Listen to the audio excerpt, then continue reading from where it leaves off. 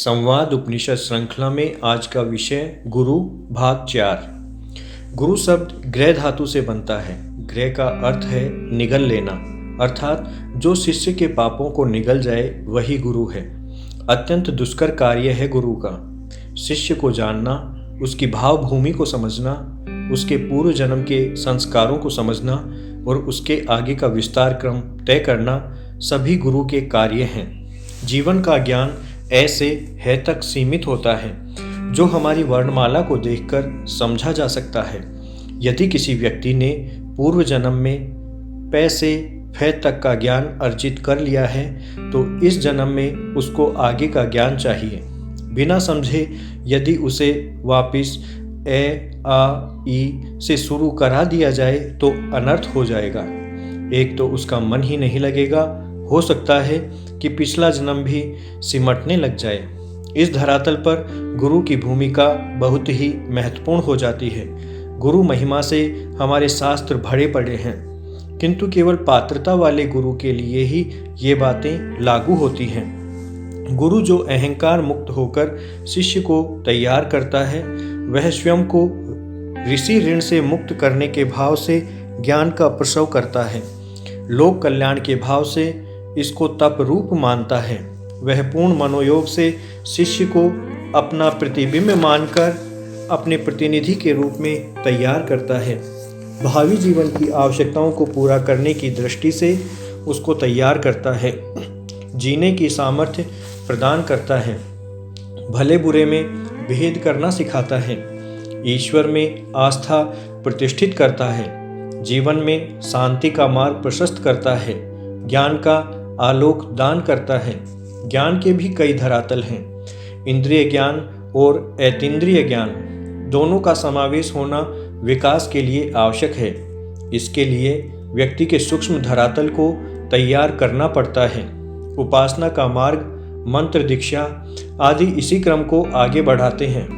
व्यक्ति की क्षमताओं तथा विभिन्न शक्तियों को बढ़ाते हैं। इससे व्यक्ति में नए अनुभवों का संचार होता है। स्वयं से उसका गहन परिचय होता है और नया आत्मविश्वास जागृत होता है। जीवन से रज और तम को उदारता रूप सत्व में परिवर्तित करने का एक अनवरत क्रम शुरू होता है। यही विकास का मार्ग है। त्रिगुण के आवरणों को पार करके स्वविशेष रूप अंतर मन को समझना ही ज्ञान का चरम लक्ष्य है। जितना इस जन्म में संभव हो कर लें, शेष अगले जन्म के लिए छूट जाता है। नए जन्म में पूर्व जन्म के अभ्यास का स्वतः उपयोग हो जाता है। इस प्रकार उन्नति का क्रम टूटता नहीं। इसीलिए गीता में अनेक जन्म संसी ध्वस्त तो याति पराम गतिम कहकर भगवान ने स्पष्टीकरण कर दिया है। गुरु की एक बहुत बड़ी विशेषता यह भी है कि वह शिष्य को अपने जैसा बना देता है। अपनी प्रतिकृति, अपना प्रतिबिंब बना देता है।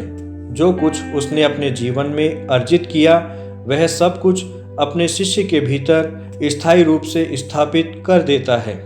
शिष्य का बाकी काल उसे नए नए प्रयोग के लिए उपलब्ध होता है। इससे बड़ा दान, यज्ञ और तप नहीं हो सकता।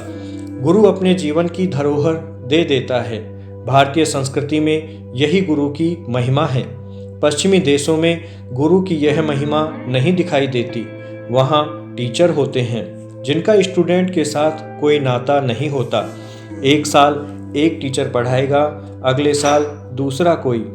यहाँ का गुरु शिष्य के कितने टेस्ट लेता है, वो यहाँ तक देखता है कि शिष्य कौन से संस्कार लेकर पैदा हुआ है, पिछले जन्म में उसने कितना ज्ञान अर्जित किया है और मुझे कहाँ से आगे शुरू कराना है। यह छोटा काम नहीं है। कोई उपकरण ऐसा टेस्ट नहीं ले सकता। जिनको हम गुरु कह रहे हैं, उन गुरु की यह क्षमता है कि वे व्यक्ति के इस धरातल को छू सकते हैं और उनको बदल सकते हैं। भारतीय संस्कृति में इसी जीवन में रहते हुए जीवन से मुक्त होने की परंपरा है। यह जीवन समाप्त हो गया तो हम मोक्ष का प्रयास कैसे कर पाएंगे? जो कुछ करना है इस शरीर के रहते हुए करना है।